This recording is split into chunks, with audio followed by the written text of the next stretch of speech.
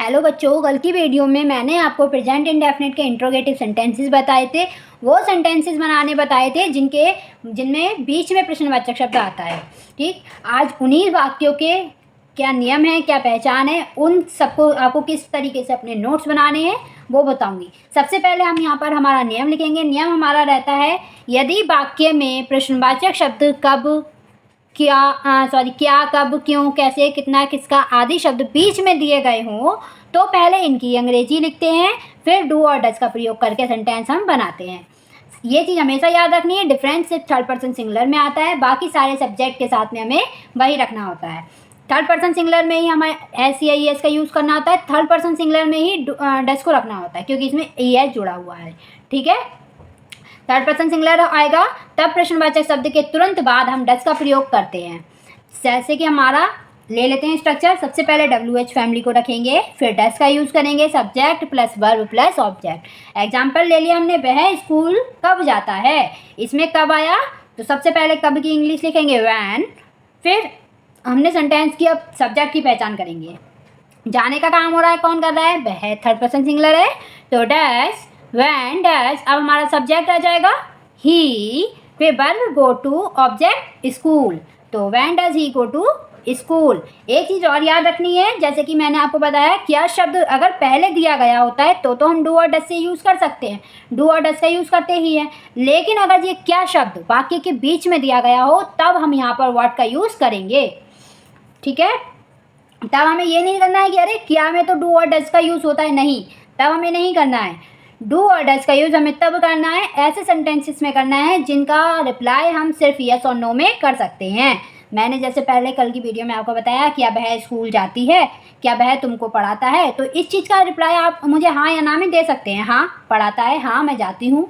ठीक है, लेकिन ऐसे सेंटेंसेस जिसका हमें प्रॉपर उत्तर देना होता है, मैंने कहा तुम स्कूल कब जाते हो, तब तुम ये नहीं बोलोगे, हाँ नहीं बोलोगे ना, तब तुम क्या बोलोगे कि मैं स्कूल सुबह इतने बजे जाता हूँ, 6 बजे, 7 बजे, जब भी जाते हैं। आप पूरा प्रॉपर उत्तर देंगे ना मुझे, तो उस सेंस में हमें यहाँ पर डू और डज से स्टार्ट नहीं करना है।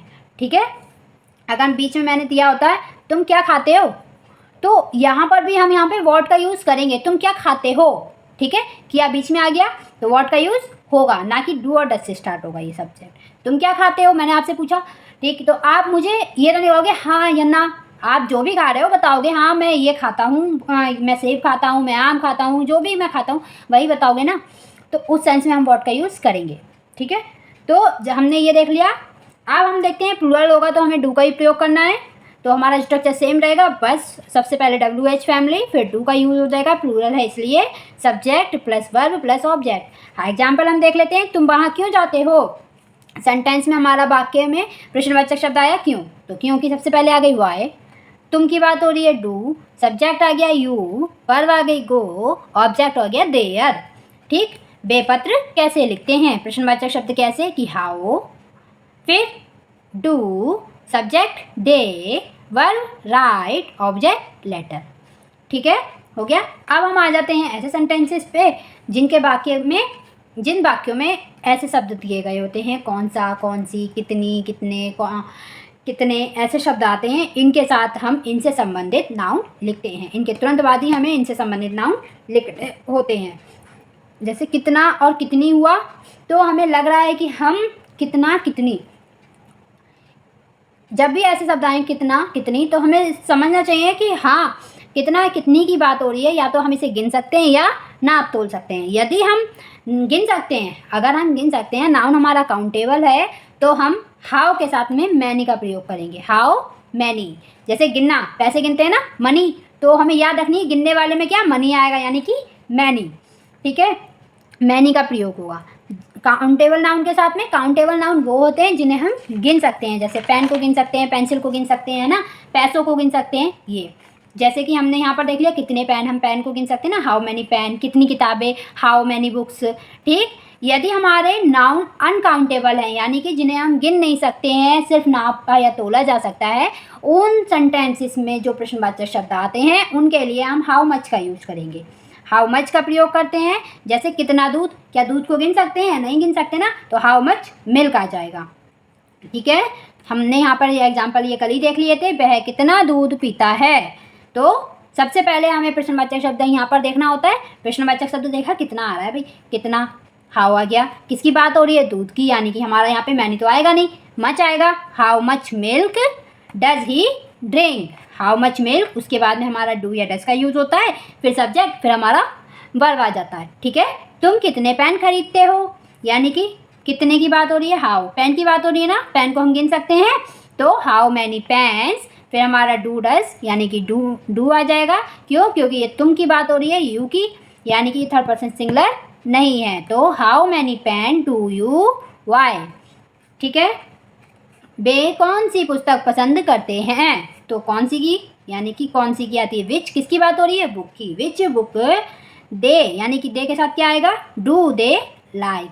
ठीक है, चलिए तो अब हम कुछ सेंटेंसेस की यहाँ पर प्रैक्टिस कर लेते हैं। ठीक है, तो जब हम सेंटेंसेस की प्रैक्टिस करेंगे तो पहला सेंटेंस देखेंगे हमारा क्या है। पहला सेंटेंस है रवि क्या पढ़ता है।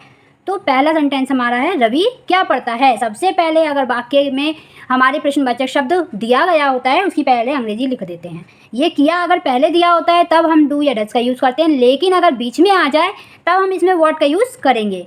तो हमने यहाँ पर सबसे पहले लिख दिया व्हाट। अब हमारा क्या आएगा, सिंपल सा, जैसे हम किया वाले सेंटेंस बनाते हैं सेम वैसे ही बनाने हैं, ये चीज़ बताई थी।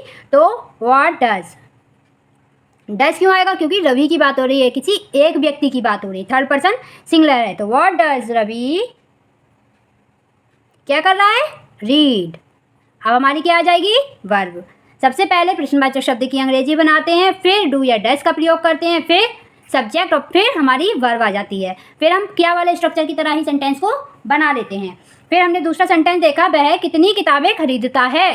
सबसे पहले हमें प्रश्नवाचक शब्द की अंग्रेजी बना लेनी है, कितनी के लिए आएगा हाउ, किताबों की बात हो रही है ना तो आ जाएगा मैनी, हाउ मैनी किताबों की बात हो रही है, इनसे संबंधित नाउन हम इनके साथ रखते हैं।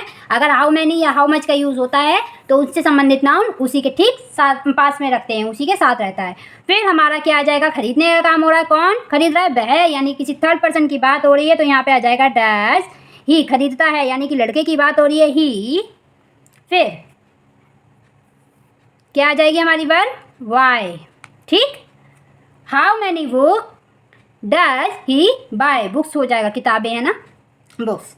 आप फुटबॉल कब खेलते हो, प्रश्नवाचक शब्द आया कब, कब के लिए होती है हमारी व्हेन। उसके बाद में हम क्या वाले स्ट्रक्चर की तरह सेंटेंस बनाते हैं, हमारे व्हेन के बाद हमारे आप है, आपके लिए क्या आएगा, do. When do you play, क्या खेलते हो, फुटबॉल। ठीक है, उसके बाद में वह यहाँ क्यों आती है, क्योंकि हमारी क्या होती है, वाई। फिर हमने देखा आने का काम हो रहा है, कौन कर रहा है, वह, यानी कि शी है तो क्या लगाएंगे, डज।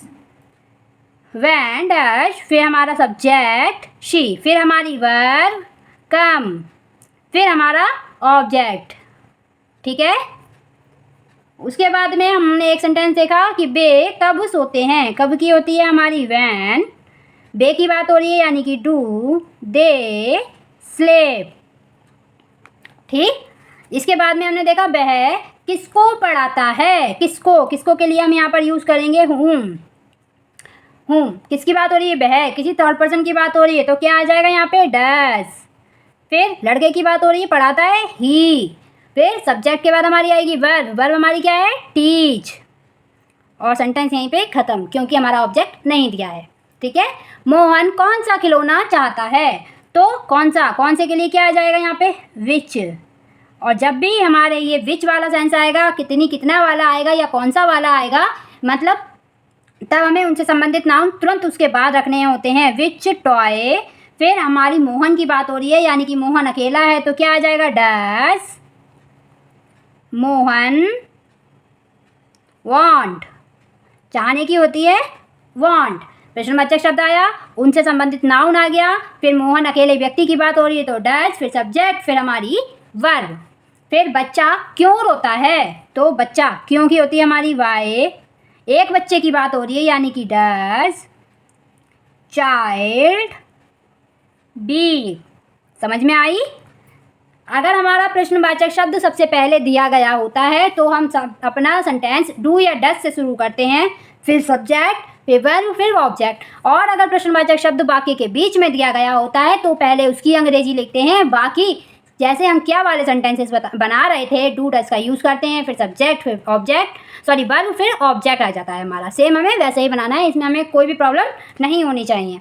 ठीक है, एक बार मैं फिर से बता देती हूँ, सारी चीज़ें आपको रिपीट कर देती हूँ।